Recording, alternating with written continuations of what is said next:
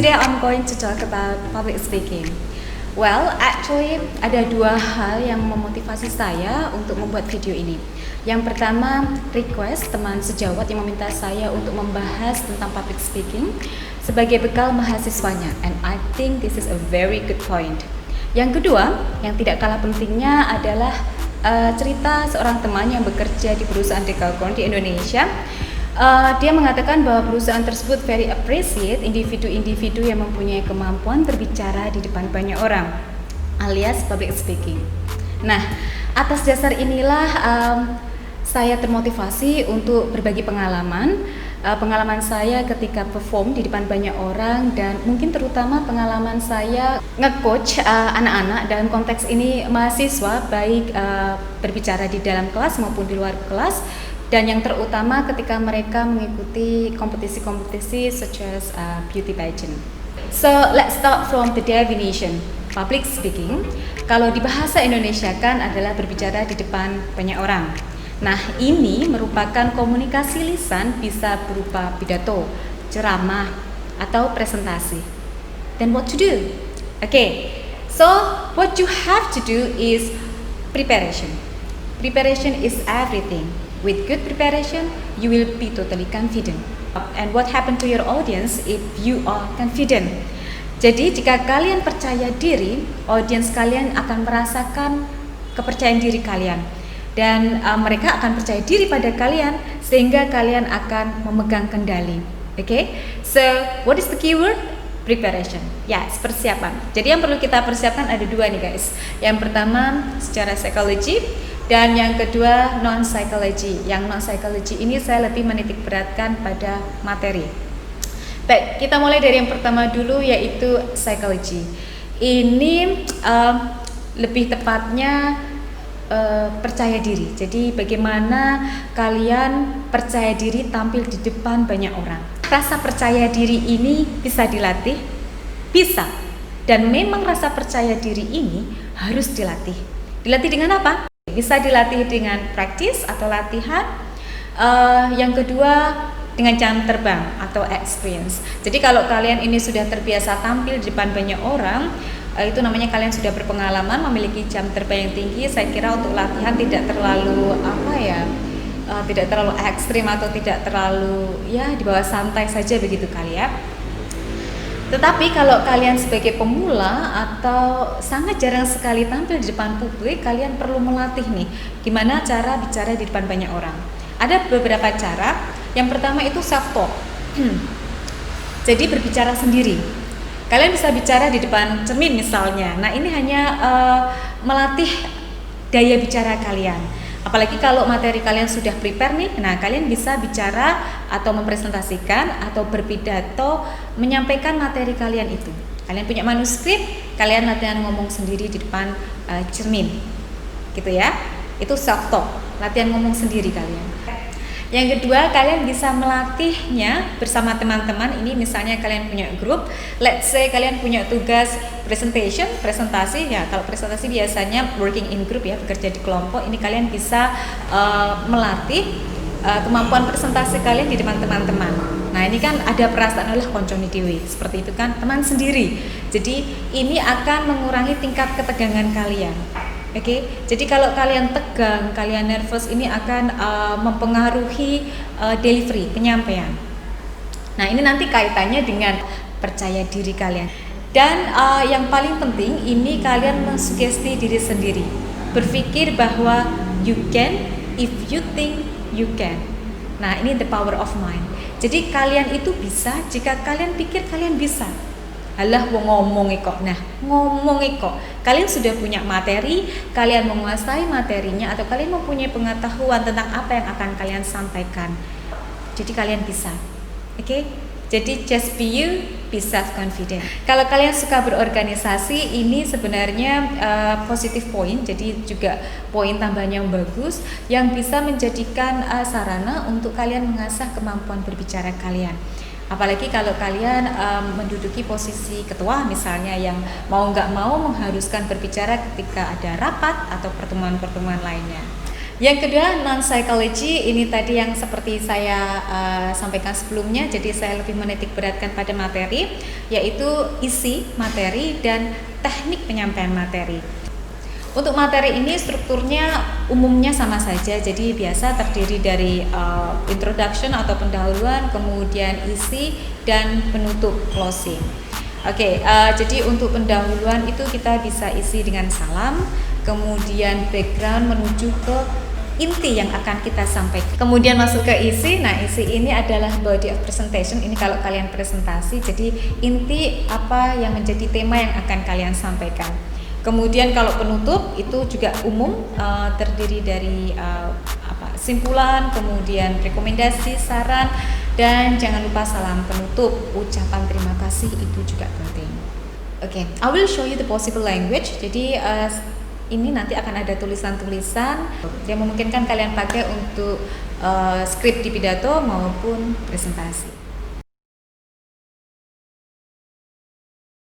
Nah, kemudian untuk teknik penyampaian materi. Nah, ini ada beberapa hal yang perlu kalian perhatikan.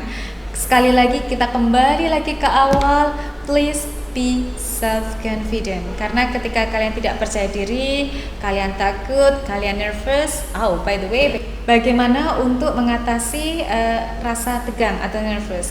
Oke, nanti menjelang akhir video ini akan saya bagikan tips rahasia bagaimana mengatasi rasa nervous, cemas, shaking, bergemetar, keringat dingin, dan etc. Oke, untuk teknik ini sendiri kalian harus memperhatikan beberapa hal, yaitu vocal teknik, kemudian expression and gesture, dan interaksi. Untuk vokal teknik ini ada 3 yang perlu diperhatikan, yaitu volume, kemudian speed atau pacing, dan intonasi. Jadi kalau volume itu berhubungan dengan suara pelan, keras, jadi kita jangan keras-keras juga, jangan jerit juga, kayak apa aja jerit, oke? Kemudian jangan pelan juga, make sure audience itu mendengarkan apa yang kita sampaikan dengan jelas. Meskipun ada mikrofon, kita juga harus bisa mengatur volume kita. Ini nggak ada hubungannya dengan suara kita yang cempreng atau gimana, karena kalau suara itu sudah bawaan dari sononya, ya, suaranya kayak gini, suaranya empuk atau gimana. Tapi sebenarnya suara pun juga bisa dilatih bagaimana mengempukkan gitu ya. Ini kalau orang seni seni musik atau seni suara pasti tahu tekniknya begitu kan. Kemudian speed atau pacing ini cepat lambatnya kita bicara. Saya tipikal orang yang terbiasa ngomong cepat-cepat. Nah ini kalau saya nggak ingat, saya juga itu nggak ada titik komanya. Jadi kadang kalau ngomong pada acara-acara yang membutuhkan membutuhkan kendali saya harus ingat. Beda kalau ngomong sama teman atau cerita sama teman atau gibah atau ngerasani. Oke, yang bagian ini di skip aja ya. Jadi kecepatan kita yang bisa ngatur, kita jangan ngomong cepet-cepet, juga jangan terlalu pelan. Yang sedang-sedang, yang normal saja pada umumnya gimana? Orang nggak mungkin kan orang menyampaikan materi itu cepat-cepat. Yang kita harapkan adalah materi kita tersampaikan, audiens itu juga bisa memahami apa yang kita sampaikan. Intonasi, nah ini naik turunnya, jangan flat, datar. Kemudian yang kedua adalah ekspresi dan gesture. Nah ini penting sekali bagaimana kita memberikan ekspresi supaya menarik audiens. Kemudian gesture kita, bahasa tubuh kita, jadi kita tidak kaku atau mata kita tidak hanya terpaku pada laptop saja misalnya seperti itu. Jadi usahakan tersenyum, jangan ditekuk gitu ya. Wajahnya itu ya tidak senyum all the time sih, pokoknya yang biasa aja lah kalian ngomong itu yang biasa, yang pada umumnya itu tidak over juga. Kalau over juga orang ngira lebay gitu kan. Terakhir adalah interaksi. Jadi ini kalian harus pinter-pinter berinteraksi dengan audiens lewat mata, namanya eye contact ya. Jadi kita interaksi lewat mata ini juga bisa menarik perhatian audiens. Atau dengan kata-kata kan bisa menyisipi misalnya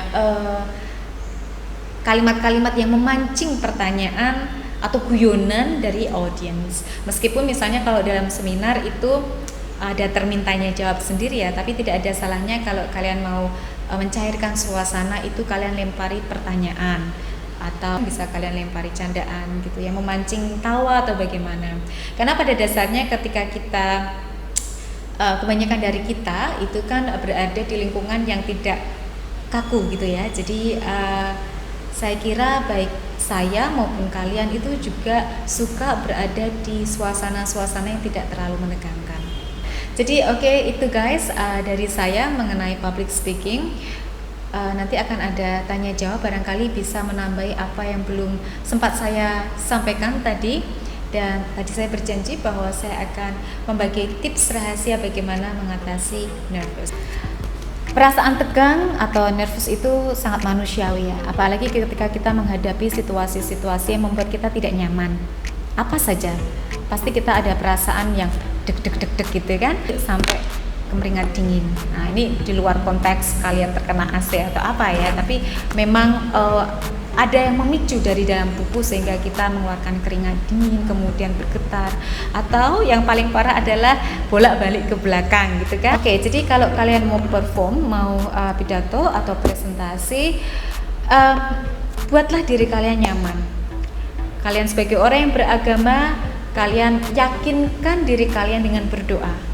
Ya, jadi berdoa tidak ada salahnya, itu bisa mensugesti. Jadi kalau tadi saya menyebutkan sugesti diri kalian bisa, apalagi kalian tambah dengan doa, itu akan memantapkan keyakinan kalian.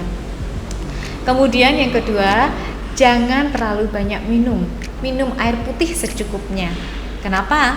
Kalau kalian terlalu banyak minum, nanti yang terjadi adalah kalian bolak-balik ke belakang. Ini kan tidak nyaman jadinya. Dan usahakan jangan minum kopi meskipun kalian adalah pecandu kopi. Beberapa saat sebelum kalian perform gitu, hindari minum kopi karena kopi itu bisa memicu detak jantung lebih cepat dan lagi-lagi akan memicu kalian untuk bolak-balik ke belakang. Jadi minum air putih secukupnya. Kemudian kalau memungkinkan kalian mempunyai teman untuk ngobrol. Jadi sebelum kalian tampil, ngobrollah dengan teman. Ini bisa mencairkan suasana hati kalian. Ya, apalagi kalau teman kalian itu bisa meyakinkan kalian untuk kamu pasti bisa, seperti itu. Jadi berdoa, kemudian disugesti dirinya sendiri, yakinkan diri, kendalikan diri dengan pikiran, the power of mind. Jangan banyak-banyak minum air putih secukupnya, ajak teman. Baiklah, kita masuk ke sesi tanya jawab.